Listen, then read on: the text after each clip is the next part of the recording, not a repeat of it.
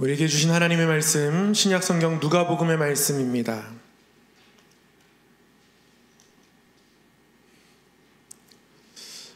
신약성경 누가복음 7장 18절로부터 23절까지의 말씀,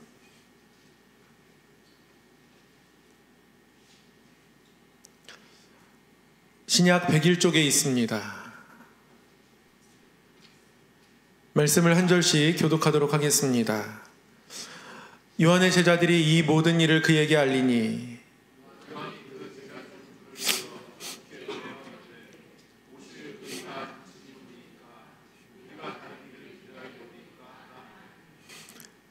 그들이 예수께 나아가 이르되 세례 요한이 우리를 보내어 당신께 여쭈어 보라고 하기를 오실 그이가 당신이오니이까 우리가 다른 일을 기다리오니까 하더이다 하니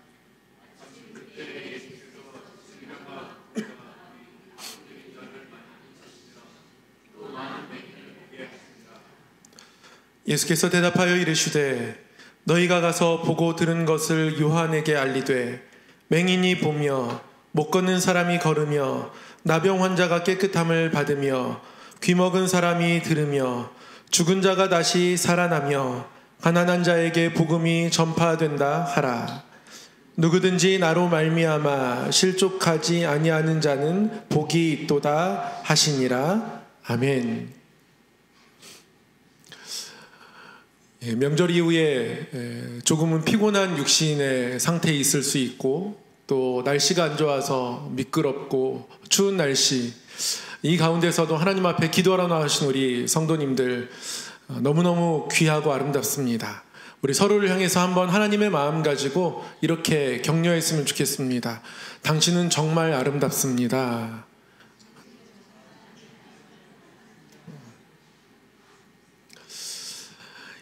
실족하지 아니하는 자라는 제목으로 함께 말씀을 나누고 오늘 기도하도록 하겠습니다. 제목을 제가 보통 한 주 전에 정하는데요. 제목을 정하고 보니까 오늘 날씨에 정말 잘 어울리는 제목을 정했다 싶습니다. 넘어지시면 큰일 납니다. 돌아가실 때 또 길을 다니실 때 조심하셔야 합니다. 오늘 말씀은 세례 요한의 질문으로 시작합니다. 세례 요한이 제자들을 보내서 예수님께 이렇게 질문합니다. 18절 19절을 보면 이렇게 기록하고 있습니다. 요한의 제자들이 이 모든 일을 그에게 알리니 요한이 그 제자 중 둘을 불러 주께 보내어 이르되 오실 그이가 당신이오니이까 우리가 다른 일을 기다리오니이까 하라 하매. 질문의 요지는 그겁니다. 우리가 기다리던 그분이 당신이 맞습니까? 아니면 다른 사람을 기다려야 합니까? 그야말로 세례 요한다운 질문입니다. 이렇게 질문하면 나중에 세례 요한이 예수님 어떻게 볼까 싶습니다. 대놓고 이게 맞습니까? 저게 맞습니까? 살짝 떠보는 게 아닙니다. 아예 대놓고 질문합니다. 세례 요한의 마음에 생각에 오실 그분에 대한 의문이 들었습니다. 왜 이런 의문이 찾아왔을까요? 우리가 기다리던 메시아, 그분이 예수 그리스도라고 확신하던 때도 있었습니다. 세례 요한이 처음 예수님 봤을 때 보라, 세상 죄를 지고 가는 하나님의 어린 양이다. 그렇게 예수님을 단번에 알아차렸습니다. 그런데 그런 세례 요한이 지금은 의문을 갖고 있습니다. 사실 이 세례 요한이 지금 예수님께 직접 질문하고 있지는 않죠. 세례 요한도 제자들을 예수님께 보내어 질문합니다. 세례 요한이 직접 올 수 없었던 이유는 감옥에 갇혀있기 때문에 그렇습니다. 세례 요한이 감옥에 갇혀 있는데 제자들이 모든 일들을 그에게 고했다 합니다. 예수님에 관한 모든 일들입니다. 예수님이 행하셨던 사역들, 전하셨던 말씀들. 6장에 보면 예수님이 많은 사람들에게 복음을 증거하십니다. 많은 사람들을 고치십니다. 이런 모든 일들을 세례 요한의 제자들 또한 보았습니다. 그리고 그에게 고합니다. 그런데 한 가지 풀리지 않은 의문이 하나가 있습니다. 예수님의 행하신 일들을 듣고 보니까 능력이 있으십니다. 오늘 본문 바로 앞에는 죽은 자를 살리시는 능력까지 나타내셨습니다. 불쌍한 과부의 아들을 살려주셨어요. 그런데 예수님은 갈릴리를 중심으로만 움직이십니다. 그러니까 예루살렘으로 오지 않으시는 거예요. 세례 요한이 바라기는 정말 하나님의 아들 예수 그리스도 메시아라면 예루살렘에 오셔서 예루살렘의 악한 헤롯의 정권들을 물리쳐 주셨으면 좋겠습니다. 메시아에 대한 기다림 속에 있었던 가장 간절한 마음 중에 하나는 로마 정부를 물리치는 겁니다. 자유를 주는 거예요. 악을 심판하는 겁니다. 구약 성경에서도 여호와의 날, 하나님이 이 땅에 하나님의 큰 능력과 영광을 나타내시는 그날에는 엄청난 심판들이 임한다라고 수없이 기록되어 있습니다. 심판을 이 땅 가운데 나타내 주시기를 원하시는 거죠. 세례 요한 역시 그 스스로 죄에 맞서서 살았던 사람입니다. 세례 요한이 갇혀 있는 이유는 당시에 분봉왕이었던 헤롯 안티파스의 잘못된 결혼을 대놓고 비판해서 그렇습니다. 이 헤롯 안티파스가요, 자신의 동생 헤롯 빌립의 아내였던 헤로디아를 자신의 아내로 맞이합니다. 아내를 뺏은 겁니다. 이것은 율법에서 강력하게 금하고 있는 일들입니다. 레위기 18장 16절에 보면 내 형제의 아내의 하체를 범치 말라. 이는 내 형제의 하체니라. 레위기 20장에서도 누구든지 그의 형제의 아내를 취하면 더러운 것이다. 분명히 율법으로 금하고 있는 일들인데요. 그런데 이 헤롯 안티파스가 자신의 동생 헤롯 빌립의 아내를 취한 겁니다. 그것에 대해서 세례 요한이 대놓고 비판합니다. 그만큼 강직한 사람이었습니다. 이것 때문에 세례 요한은 감옥에 갇혀 있습니다. 그런데 나보다 더 큰 분이라고 고백했던, 나는 그분의 신발끈을 풀 것도 감당하지 못할 만큼 나는 작고 그분은 너무나 큰 존재이고 나는 쇠하여야 하고 그분이 흥하여야 하겠다, 그렇게 예수님 바라봤는데요. 그런데 이런 상황 속에서 예수님은 이곳에서는 아무 일도 안 하시는 겁니다. 갈릴리 주변만 맴돌고 계시는 것처럼 보이는 거예요. 능력이 없으신 분도 아닙니다. 엄청난 능력을 나타내시면서 그 능력으로 여기까지는 찾아오지 않으시는 거죠. 그러니 세례 요한은 예수님에 가졌던 확신이 의문으로 바뀌는 겁니다. 내가 잘못 기대한 건가? 잘못 생각한 건가? 확신과 의문이 혼선을 빚습니다. 사랑하는 성도 여러분, 우리도 신앙생활하면서 때로는 확신과 의문 사이에서 갈등할 때가 있습니다. 인간은 완벽하지 않기 때문에 어쩔 수 없습니다. 저는 한때는 제 자신에 대해서 굉장히 큰 자신감이 있었습니다. 그래서 통장에 50만 원밖에 없지만 결혼해서 잘 살 수 있다고 생각했습니다. 그래서 결혼하자고 했어요. 어떤 것에 홀렸는지 씌었는지 모르겠지만 하나님의 은혜죠. 결혼의 제안을 받아들여서 결혼하게 되었습니다. 행복한 순간들이 많았던 것 같아요. 그런데 언젠가 한번 화장품을 사는 아내의 모습을 보는데 싸고 싼 것을 고르는 거예요. 어쩔 수 없죠. 그 교육전도사 한 달 사례비가 70만 원 이런데 어떻게 사고 싶은 거 다 좋은 거 사면서 살겠습니까? 근데 그 모습을 보는데 내가 이 여자를 내 아내로 데려온 게 잘한 건가? 순간 이런 생각이 드는 거예요. 빨리 이런 생각을 떨쳐버려야 되는데 떨쳐버리지 못하는 겁니다. 그러니까 집에서 뭔가 말이 없어지고 침울해 있고,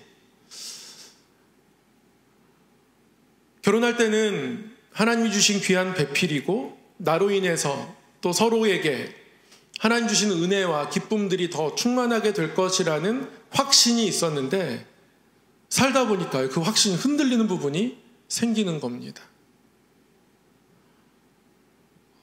아내가 언젠가 한번 친구 결혼식 이후에 집들이에 다녀왔는데 너무 좋은 아파트에서 집들이를 한 겁니다. 저희는 원룸에서 시작했습니다. 다녀온 이야기를 하면서 뭔가 아내는 그냥 얘기를 들려줬는데 저는 듣기를 미안한 겁니다. 화장품도 싼 거 쓰고 원룸에서 살아야 되고 원룸에 있으니까 서로가 서로를 늘 바라볼 수 있다라고 낭만으로 포장하는 것도 한두 번인 것 같아요. 그러니까 확신과 의문이 교차하더라고요. 되돌아보면 그런 의문을 품었던 것이 참 철없고 어리석습니다. 처음에 확신이 정답인데요. 그 확신이 별것 아닌 일로 흔들리는 게 인간이더라고요. 우리 신앙의 길에서도 그렇습니다. 정말 하나님 나와 함께 하시는가? 내 기도에 응답하시는가? 신앙이 흔들리는 순간이 있습니다. 신앙이 흔들릴 때요, 자책합니다. 내가 뭘 하나님께 잘못했지? 내가 하나님께 드린 정성이 작은가? 하나님의 사랑에 대해서 내 어떤 것을 기준으로 하나님의 사랑의 크기를 이렇게 바라보는 마음들이 생겨요. 정답이 아닙니다. 오답이에요.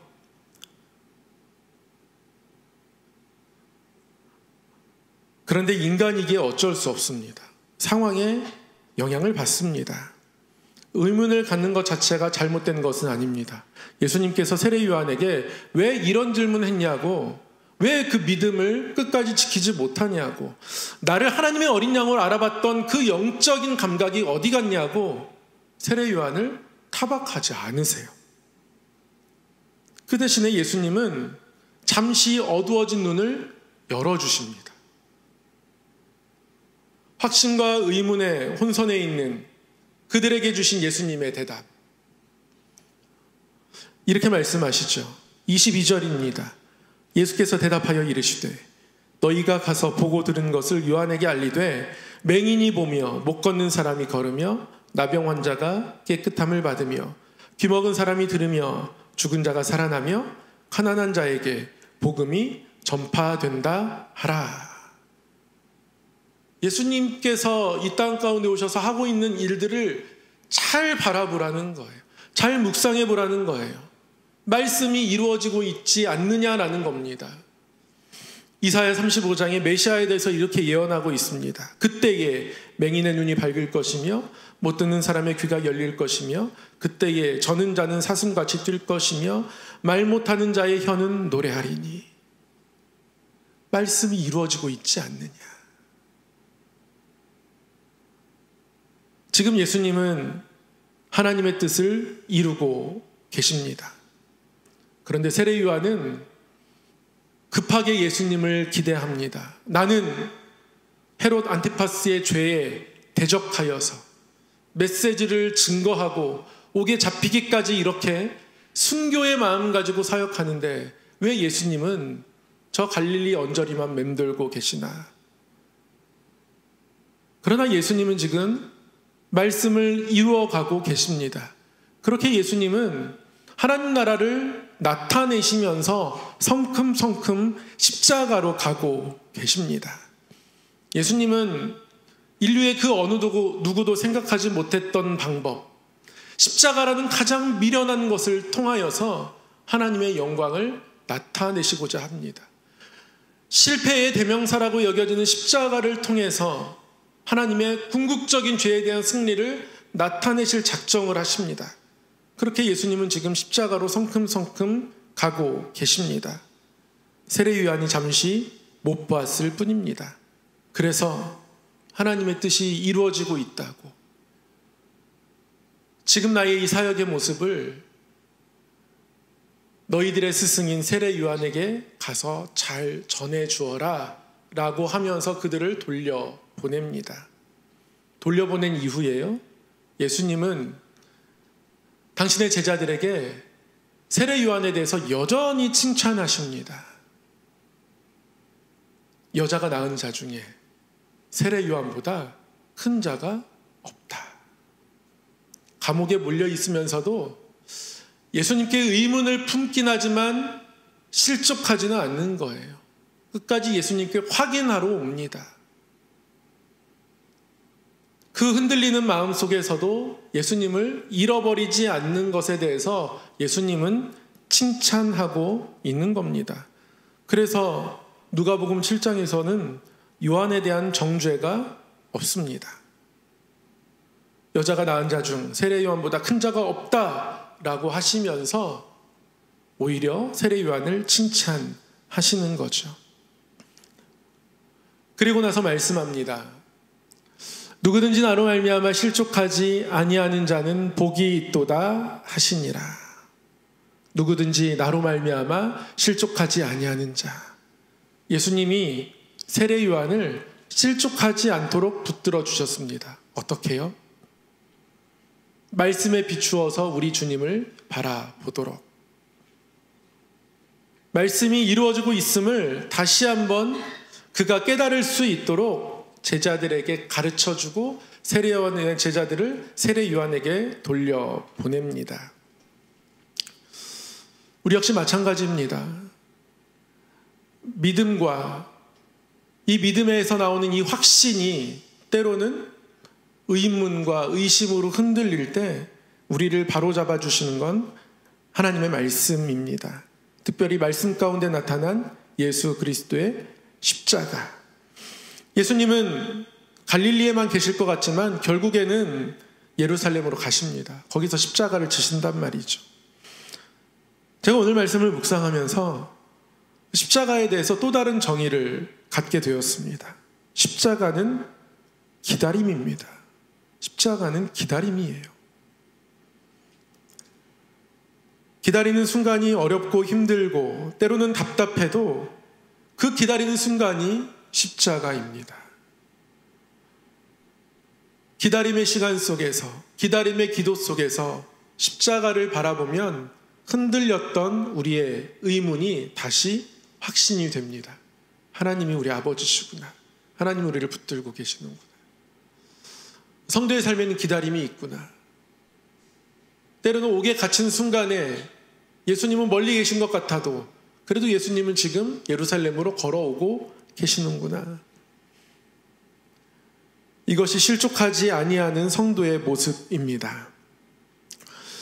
오늘 이 밤에 기도할 때에 이 예수님의 가르치심을 우리 안에 품기를 원합니다. 실족하지 아니하는 자가 복이 있대요. 확신과 의문 사이에서 갈팡질팡할 순간도 있습니다. 그것까지도 예수님 아세요. 그러나 우리 주님의 십자가를 바라보면서 멀리 갈릴리에 계셨으나 그러나 결국 십자가로 오셨던 예수님, 그 십자가에 나타난 기다림, 우리의 응답이 멀리 있는 것 같지만 그러나 결국에는 우리를 살리시는 쪽으로 예수님께서 움직이실 거라는 거죠. 그날을 바라보면서 기도할 수 있는 겁니다. 아니, 그날을 바라보면서 기도해야 해요. 차인표 씨의 인터뷰를 얼마 전에 들었습니다. 예수님의 음성을 너무 듣고 싶었대요. 근데 40이 되도록 예수님의 음성이 들리지 않더라는 겁니다. 예수님의 음성이 너무나 듣고 싶어서 그래서 지저스라는 뮤지컬도 수없이 맡아서 했답니다. 출연료 하나도 받지 않고 그냥 했대요. 이유는 단 하나. 이렇게라도 하면 예수님의 음성을 들을 수 있지 않을까. 그런데 출연료 하나도 안 받고 헌신하고 봉사하는 마음으로 그렇게 뮤지컬에 출연했는데도 예수님의 음성이 들리지 않는 거예요. 답답했답니다. 그런데 그가 어느 날 그가 활동하는 NGO 단체를 통해서 인도에 선교 여행을 갔다가 한 소년의 손을 잡는 순간 여기서 나를 기다렸던 예수님의 음성을 들었다는 거예요. 그 순간 들려왔다는 거예요. 기나긴 기다림이 있습니다. 근데 기다리면서 포기하지 않으면 그러면 어느 순간 응답이 우리의 눈앞에 와 있게 됩니다. 생각지 않은 인도에서 하나님의 음성을 듣게 되는 겁니다. 십자가는 기다림입니다. 그 십자가를 품고 이 밤에 기도하길 원하고 우리의 삶 속에서도 그 십자가를 바라보면서 기도의 소리와 마음을 잃어버리지 않고 주님 앞에 나아가는 그런 믿음의 권속이 되기를 우리 주님의 이름으로 간절히 소망하고 축복합니다. 사랑의 하나님 아버지, 오늘도 하나님 앞에 나와 기도케 하시니 감사합니다. 때로는 확신과 의문 사이에서 흔들리지만 우리가 실족하지 아니하는 자 되어 하나님 말씀 안에서, 십자가 안에서 주의 일하심과 주의 돌보심을 사모하며 그 은혜를 바라보며 더욱 하나님 붙들고 나아가는 믿음의 걸음 되게 하여 주옵소서. 이 밤에 기도한 모든 기도의 제목들 위해 응답하여 주시고 우리의 삶이, 우리 교회가, 가정이, 이 나라 이민족, 세계 열방이 하나님의 손안에 있음을 다시 한번 고백할 때 하나님 그 손길로 모든 것을 만지시고 인도하여 주옵소서. 감사드리옵고 우리 주 예수님 이름으로 기도드리옵나이다. 아멘.